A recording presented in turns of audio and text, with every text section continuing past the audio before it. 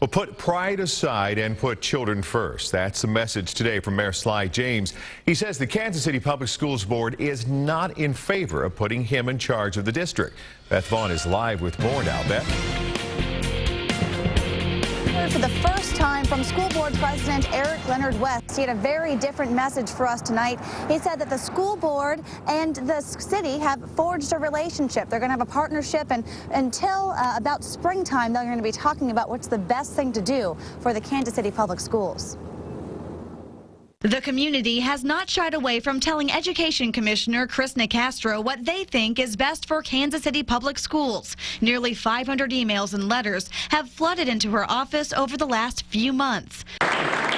And the dialogue continues in Kansas City. If that means I have to jump in, I jump in. If it means I have to stay out, I stay out. I don't care. Last week, Mayor Sly James offered to lead the school district, a change that would dissolve the current elected school board. I did say during the course of running that the concept of having a city of this size with school-related issues of the type that we have, and then expecting the city to stay out of it was, I thought, ludicrous. It's in the city's best interest, he says, to focus on education. There are kids that haven't been educated for decades. It's now coming to a head. I will make time to deal with this issue. But the head of the KCPS school district isn't convinced one district governance structure will work over another. Our commitment then, as elected leaders in this community, is to use our soapbox to convene the conversation that will move us forward. Mayor James said the board promised improvement in 2001. A decade later, the system is still broken, and he says it's time for a new solution. Sorry, not good enough.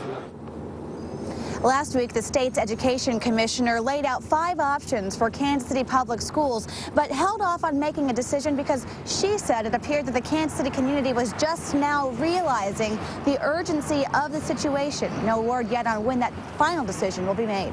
We're live downtown. Beth Vaughn, NBC Action News.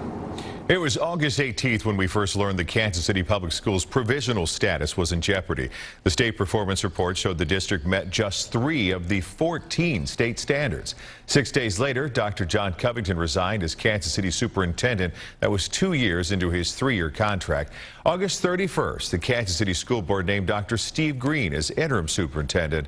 And on September 20th, the Missouri Board of Education voted to strip the district of its accreditation.